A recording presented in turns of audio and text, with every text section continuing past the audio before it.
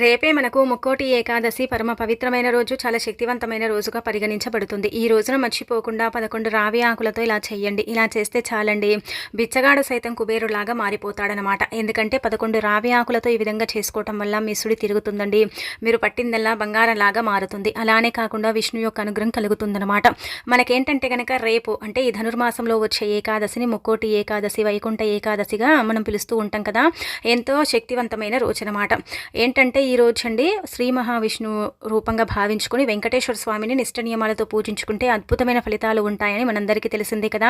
ఈ రోజు ఏంటంటే కనుక ముక్కోటి దేవతలు వైకుంఠానికి చేరుకుని విష్ణువుని దర్శించుకుంటూ ఉంటారు. అది కూడా ఈ రోజు మనము అంటే గుడికి వెళ్ళి ఉత్తర ద్వార దర్శనం కూడా చేసుకుంటూ ఉంటాం కదా. పరమ పవిత్రమైన రోజుగా పరిగణించబడుతుంది. కాబట్టి ఈ రోజు మర్చిపోకుండా గుర్తుపెట్టుకోండి, రావి ఆకులతో ఈ పరిహారం చేయండి. రావి చెట్టులో శ్రీ మహావిష్ణువు కొలువై ఉంటాడు కాబట్టి రావి ఆకులతో ఈ విధంగా చేసుకోవటం వల్ల మంచి ఫలితాలు ఉంటాయని మనకు పురాణ గ్రంథాల్లో చెప్పబడుతుంది. శాస్త్రాల ప్రకారం ఏంటంటే కనుక రావి ఆకు పరిహారం మానవ జీవితాన్ని మార్చేస్తుందని కూడా చెప్పబడుతుందన్నమాట. అందుకే మీరు ఈ విధంగా అండి కొన్ని నియమాలను పాటించుకుంటే పరిహారం చేసుకుంటే చాలండి, ఇక మీ జీవితం మారిపోయినట్టే, మీ యొక్క సుడి తిరిగినట్టే అని చెప్పొచ్చు. ఎలా చేయాలో తెలుసుకునే ముందు ఒక చిన్న రిక్వెస్ట్ అండి, వీడియోకి ఒక లైక్ ఇచ్చి మా ఛానల్ని కొత్తగా చూస్తున్నట్టయితే సబ్స్క్రైబ్ చేసుకోండి. ఇక ఆ తర్వాత ఏంటంటే కనుక రేపు ఎంతో శక్తివంతమైన రోజు కదా, పరమ పవిత్రమైన రోజు కాబట్టి ఈ రోజు కొన్ని నియమాలను తప్పక ఆచరించాలన్నమాట. కొన్ని పనులు చేయటం వల్ల ఏంటంటే కనుక మనకు దరిద్రం పడుతుంది, దరిద్రం చుట్టుకుంటుంది. సంవత్సరం అంతా కూడా మనం ఏంటంటే చాలా అనుభవిస్తూ ఉంటాం అనమాట. కష్టాలు నష్టాలు భరించలేని అనుభవిస్తూ ఉంటాం. కాబట్టి కొన్నిటిని అవాయిడ్ చేయండి. రేపేంటంటే గడ్డం గీసుకోకండి, కటింగ్ చేయించుకోకండి, గోర్లను కత్తిరించకండి. అలానే కాకుండా ఇంట్లో స్త్రీలు ఏంటంటే తలను వీరబోసుకొని తిరగకండి.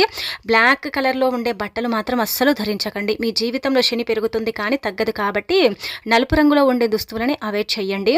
పసుపు కానీ ఎరుపు కానీ ఈ 2 రంగులో ఉండే బట్టలు ఏవి ధరించినా కానీ మహా గొప్ప రాజయోగం పడుతుందండి. ఇక ఆ తర్వాత ఇంట్లో ఏంటంటే కనుక ఉదయాన్నే లేవండి. తొందరగా నిద్రలేస్తే మంచిది. పారెడు పొద్దెక్కిందాక కూడా మనం పడుకోకూడదు. ఉదయాన్నే తొందరగా నిద్ర లేచిన తర్వాత ఏంటంటే ముందుగా ఇంటిని వాకిలినంతా కూడా క్లీన్ చేసుకోండి. పండగ కదండి, మనం ఎలాగో ఇంటిని వాకిలంతా కూడా క్లీన్ చేసుకుంటాం కదా. ఇక్కడ మీరేంటంటే ఇంట్లో పసుపు నీళ్ళు చల్లుకోండి. అలా చల్లిన తర్వాత ఏంటంటే కనుక గుమ్మానికి పసుపు రాసి కుంకుమతో బొట్టు పెట్టి వాకిట్లో చక్కగా ముగ్గు పెట్టండి. అలా పెట్టిన తర్వాత ఏంటంటే ఇంటి గుమ్మానికి తోరణాలు కట్టుకోండి. ఇక అనంతరం వచ్చేసి ఏంటంటే కనుక ఇంట్లో పసుపు నీళ్ళు చల్లుకొని స్నానం చేయండి.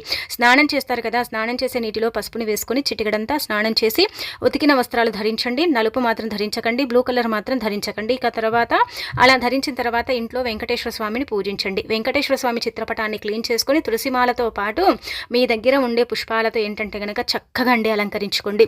ఎంత నిండుగా అలంకరించుకుంటారో అంత మంచి ఫలితాలు ఉంటాయండి. ఇది గుర్తుపెట్టుకోండి. ఎంత చక్కగా మీరు అలంకరణ చేసుకుంటారో స్వామివారు మీకంతా వరాలను కురిపిస్తాడని చెప్పొచ్చు. కాబట్టి ఇలా మనం ఏంటంటేనండి దీప ధూప నైవేద్యాలతో వెంకటేశ్వర స్వామిని పూజిస్తే చాలా మంచిదండి. ఈరోజు ఏంటంటే కనుక పిండి దీపం వెలిగిస్తే విశేషంగా మన కోరికలు తీరుతాయి. ఈరోజు మనం ఏంటంటే కనుక 7 పిండి దీపాలు కానీ 2 కానీ 3 కానీ అలానే కాకుండా ఏంటంటే కనుక ఒక్క పిండి దీపమైన సరేనండి వెలిగించడం వల్ల కూడా మన కోరికలు తీరుతాయని చెప్పుకోవచ్చు. కాబట్టి పిండి దీపాలను ఖచ్చితంగా చేసుకోండి. పిండి దీపం చేస్తే చాలా మంచిది. వెంకటేశ్వర స్వామికి పిండి దీపం ఇష్టం కాబట్టి పిండి దీపం చేయటం వల్ల మన కోరిక ఏదైతే ఉంటుందో అది తీరటానికి ఎక్కువగా అవకాశం ఉంటుంది. ఇలా చక్కగా వెంకటేశ్వర స్వామిని నిండుగా అలంకరించి కొబ్బరికాయ కొట్టడం, అలానే కాకుండా అరటిపళ్ళను నైవేద్యంగా పెట్టడం. ఆ తర్వాత వచ్చేసి ఏంటంటే గనక చక్కెర పొంగలి కానీ లేదంటే గనక రవ్వ కేసరి ఉంటుంది కదా, అదైనా సరే నైవేద్యంగా చేసి పెట్టుకోవటం. ఇలా ఏంటంటే గనక వడపప్పు కూడా నైవేద్యంగా చేసి పెట్టొచ్చండి. ఈ విధంగా చేసిన తర్వాత ఏంటంటే ఇంట్లో పూజ చేసుకుని తులసికోట దగ్గర పూజ చేసుకుని ఆలయానికి వెళ్ళి అక్కడ ఉత్తర ద్వార దర్శనం చేసుకోవటం. ఇదంతా కూడా మంచి ఫలితాలను మనకిస్తుంది అనమాట. ఆ తర్వాత ఉపవాసం కూడా ఉండండి ఈరోజు. ఇంకా అనంతరం రావి చెట్టు పరమ పవిత్రమైనది, చాలా శక్తివంతమైనది. కాబట్టి మనకు రావి చెట్టు కనిపిస్తూనే ఉంటుంది కదా. రావి చెట్టులో అతీత శక్తులు దాగుంటాయి. విష్ణువు యొక్క రూపంగా రావి చెట్టుని భావిస్తారు. కాబట్టి రావి చెట్టు దగ్గరికి వెళ్ళండి. ఈ రోజు రావి చెట్టు దగ్గరికి వెళ్ళి ఈ విధంగా ఏంటంటే గనక 11 రావి ఆకులను కోసుకొని ఇంటికి తెచ్చుకోండి. ఈ 11 రావి ఆకులు ఏంటంటే గనక మన జీవితాన్ని మార్చేస్తాయని చెప్పొచ్చండి. కాబట్టి మీకు దగ్గరలో ఉండే రావి చెట్టు దగ్గరికి వెళ్ళి 11 ఆకులు సంకల్పం చెప్పి కొయ్యాలండి.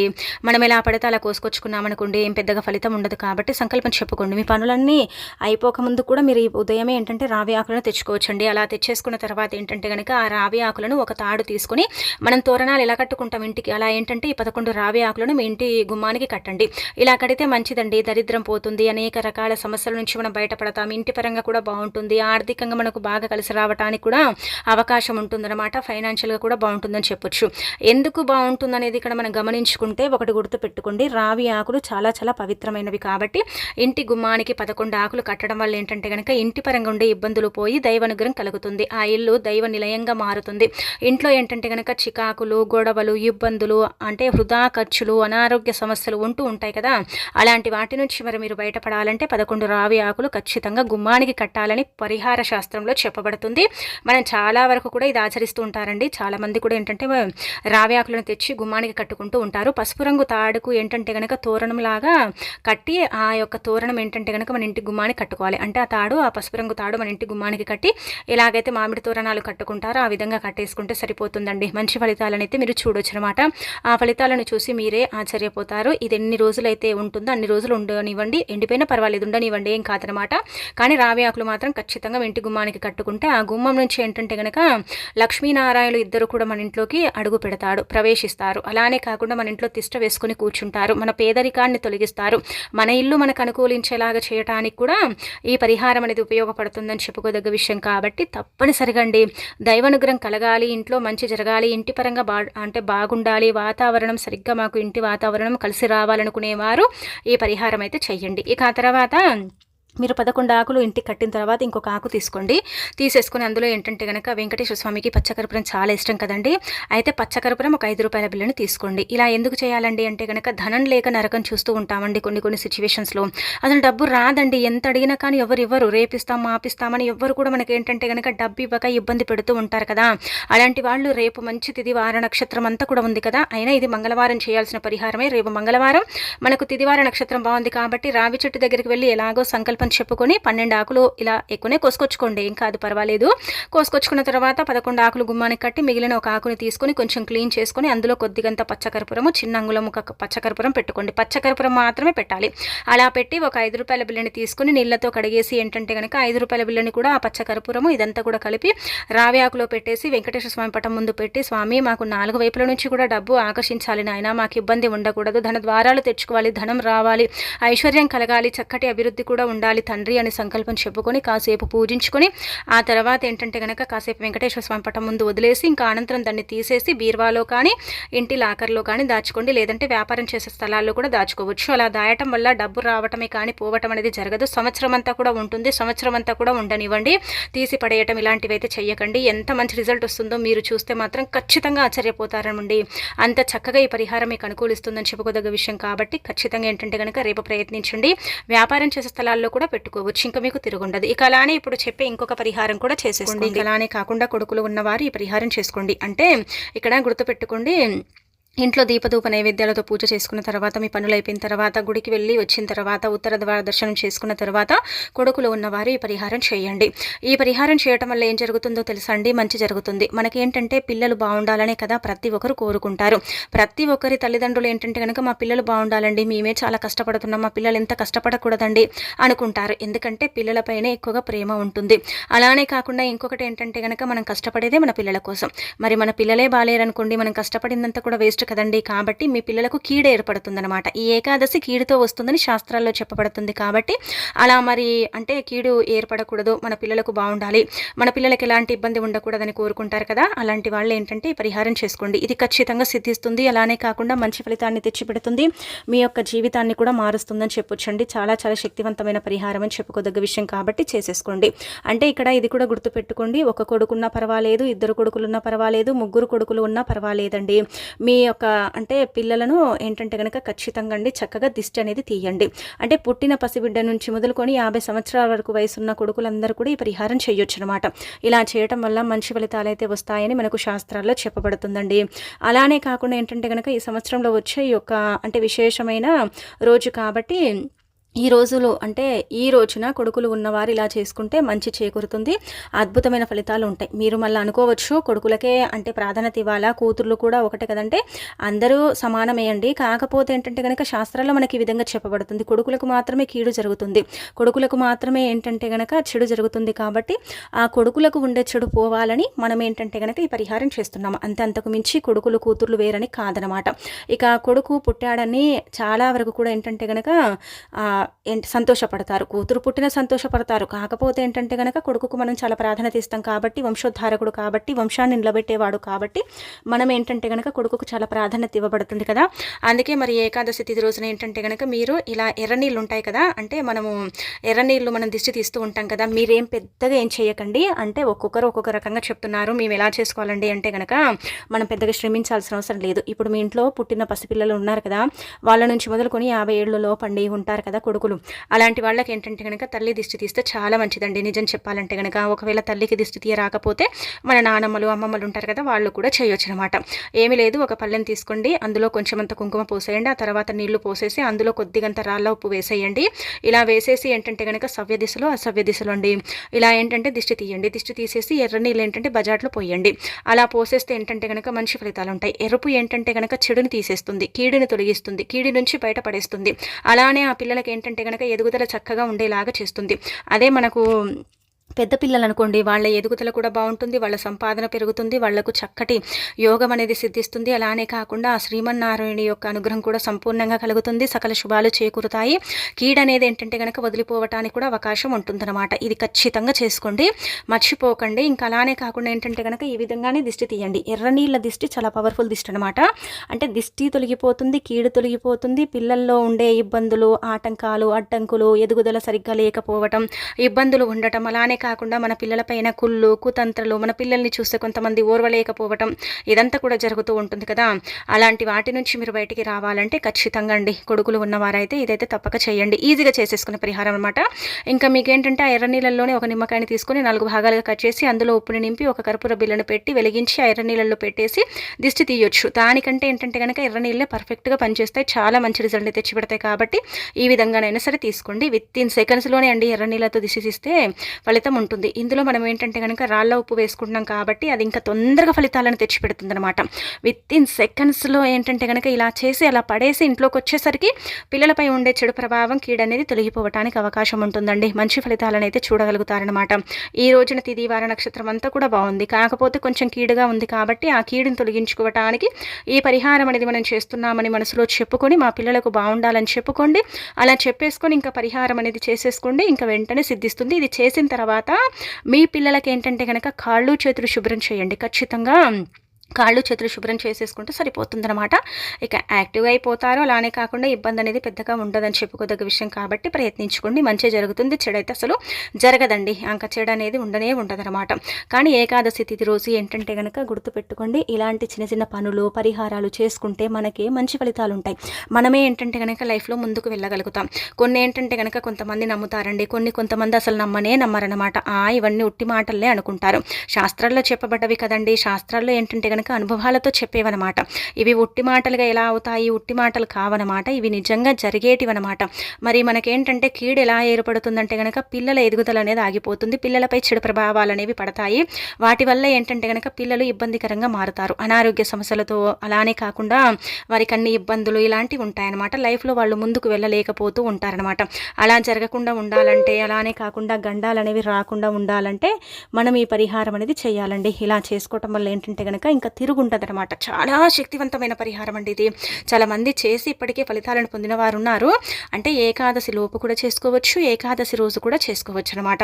మంగళవారం ఏకాదశి వచ్చింది కాబట్టి అందుకే కీడుతో వస్తుందని మనకు శాస్త్రాల్లో చెప్పబడుతుంది. కావున ఈ పరిహారం ద్వారా ఏంటంటే ఆ కీడును తొలగించుకోవచ్చు. ఒకరున్న ఇద్దరున్న చేయండి, ముగ్గురున్న చేసుకోండి, సరిపోతుంది. ఆ తర్వాత ఏకాదశి రోజు ఆవుకి ఏంటంటే గనక ఈ విధంగా ఇది తినిపించండి.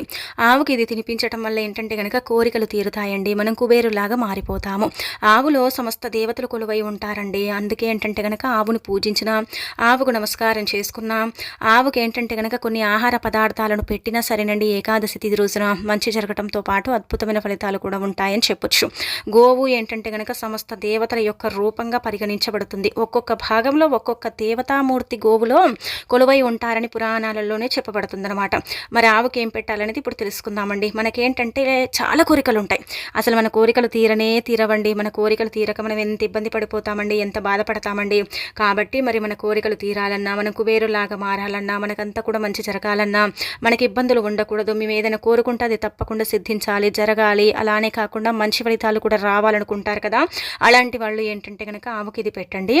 ఆవుని ఏంటంటే కనుక ఈరోజు ఏకాదశి తిథి రోజునండి మనము ఆవు దగ్గరికి వెళ్ళి ఆవు నుదుటి భాగాన తాకితే మంచి ఫలితాలు ఉంటాయి. అదే పొట్ట భాగాన తాకితే ఆ విష్ణు యొక్క అనుగ్రహం కలుగుతుంది. నుదుటి భాగాన తాకితే లక్ష్మీదేవి అనుగ్రహం కలుగుతుంది.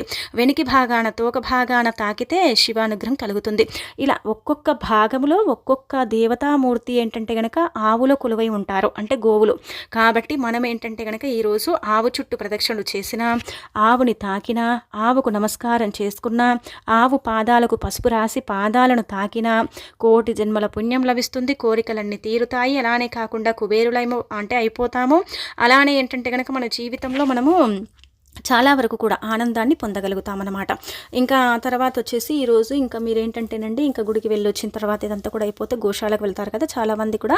అంటే ఆవులు మన ఇంటికి వచ్చాయనుకోండి, మన ఇంటి దగ్గర మనం పెట్టుకోవచ్చు. కొంతమందికి అంటే ఇది ఉండదు కదండి, అలా ఉండవు కదా, ఆవులు ఇంటికి రావు కదా, అలాంటి వాళ్ళు గోశాలకు వెళ్తారు. మీరు ఎక్కడికి వెళ్ళినా పర్వాలేదు, కానీ ఆవుకైతే ఆహారం పెట్టండి.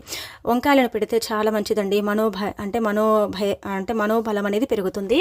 అలానే కాకుండా ఏంటంటే కనుక వివాహం జరగట్లేదు, ఆటంకాలు వస్తున్నాయి, అడ్డంకులు వస్తున్నాయి, ఎంత చేసుకున్నా కానీ కలిసి రావట్లేదు అనుకుంటారు కదా, అలాంటి వాళ్ళు ఈరోజు ఏంటంటే కనుక ఆవుకండి తోటకూరని తినిపించండి. ఇలా కుజదోషాలు ఉంటే అవి తొలగిపోతాయి. తోటకూరను ఆవుకు తినిపించేటప్పుడు వివాహం గురించి చెప్పుకోండి, మనసులో ఇలా బలంగా కోరుకోండి. ఉద్యోగం కోసం చేసే వాళ్ళైతే ఏంటంటే కనుక టమాటాలను తినిపించండి. ఎర్ర టమాటాలు అదృష్టానికి చిహ్నంగా భావిస్తారు కాబట్టి ఎర్ర టమాటాలను ఆవుకు పెట్టడం వల్ల కోరికలు తీరిపోయి మనం కుబేరులు అయిపోతాం. అలానే కాకుండా ఉద్యోగ ప్రాప్తి కూడా కలుగుతుంది. మంచి ఫలితాలను అయితే మనం చూసే అవకాశం అయితే ఉంటుందని చెప్పుకోదగ్గ విషయం. కాబట్టి ఆవుకి ఏంటంటే కనుక టమాటాలను పెట్టొచ్చు, క్యారెట్ పెట్టొచ్చు, తోటకూరతో పాటు పచ్చగడ్డి పెట్టుకోవచ్చు. అలానే కాకుండా ఏంటంటే కనుక ఇలా కీర పెట్టుకోవచ్చు, అంటే రొట్టెలు కూడా పెట్టవచ్చు. ఇంకా తర్వాత ఏంటంటే కనుక ఈ విధంగా ఆవుని నుంచి భాగాన్ని తాకితే లక్ష్మీదేవి అనుగ్రహం కలిగి సకల శుభాలు చేకూరుతాయని పురాణ గ్రంథాల్లో చెప్పబడుతుంది. కాబట్టి నుదిరి భాగాన ఖచ్చితంగా తాకండి.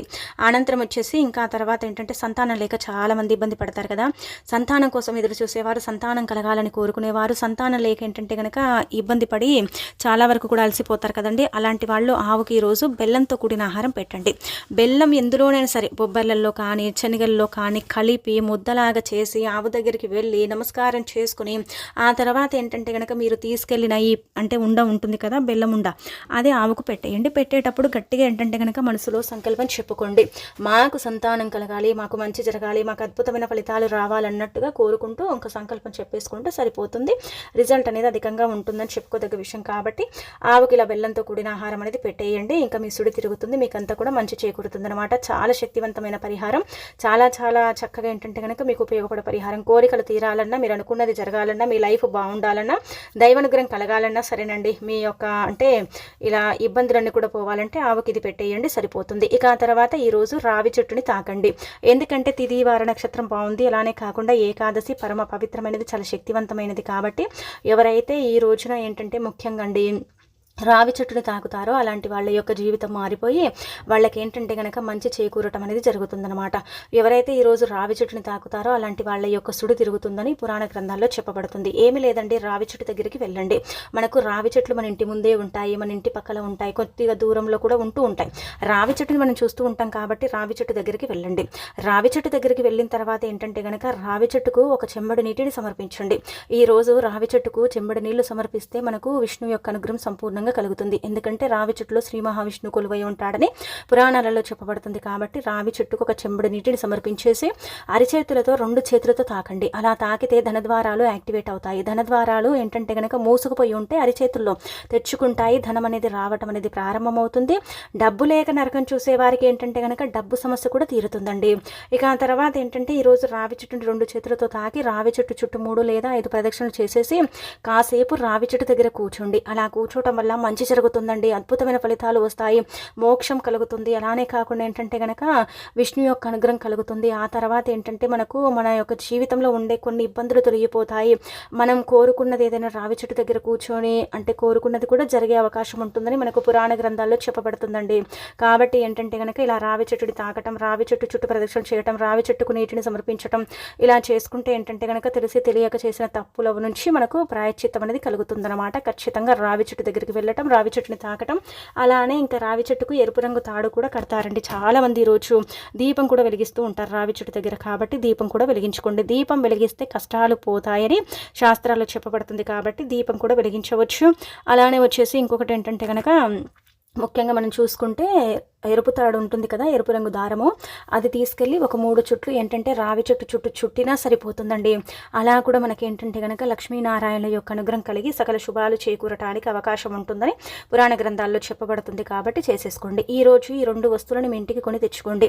ఈ 2 కూడా ఏంటంటే కనుక మంగళకరమైనవి, శుభకరమైనవి, శుభాలను సూచించి అశుభాలను దూరం చేసేసి అద్భుతమైన ఫలితాలను తెచ్చిపెట్టి సంవత్సరం పొడుగునా కూడా ఏంటంటే కనుక రాజయోగాన్ని అందించే వస్తువులండి. ఒకటి యాలకులండి. యాలకులకు అతీత శక్తి ఉంటుంది. యాలకులు ఏంటంటే కనుక చాలా పవర్ని కలిగి ఉంటాయి. యాలకుల వల్ల మనకు మంచి జరుగుతుంది, కానీ చెడు జరగదు. కాబట్టి యాలకులను ఈరోజు ఎవరైతే ఇంటికి కొని తెచ్చుకుంటారో అలా తెచ్చుకున్న తర్వాత వాటిలో నుంచి ఒక 5 తీసి ఇంట్లో ఏంటంటే వెంకటేశ్వర స్వామి పటం ముందు పెట్టి ఆ తర్వాత వాటిని బీరువాలో దాచుకుంటే పూజించుకొని డబ్బు రావటమే అనేది అంటే మనం చూస్తాం, డబ్బు పోతుందనేది మాత్రం మనం చూడమన్నమాట. అంత చక్కగా ఫలితం అనేది ఉంటుందండి. కాబట్టి యాలకులు ఖచ్చితంగా కొన్ని ఇంటికి తెచ్చుకోండి. ఈరోజు చీపురు నూనెను కొనకూడదు.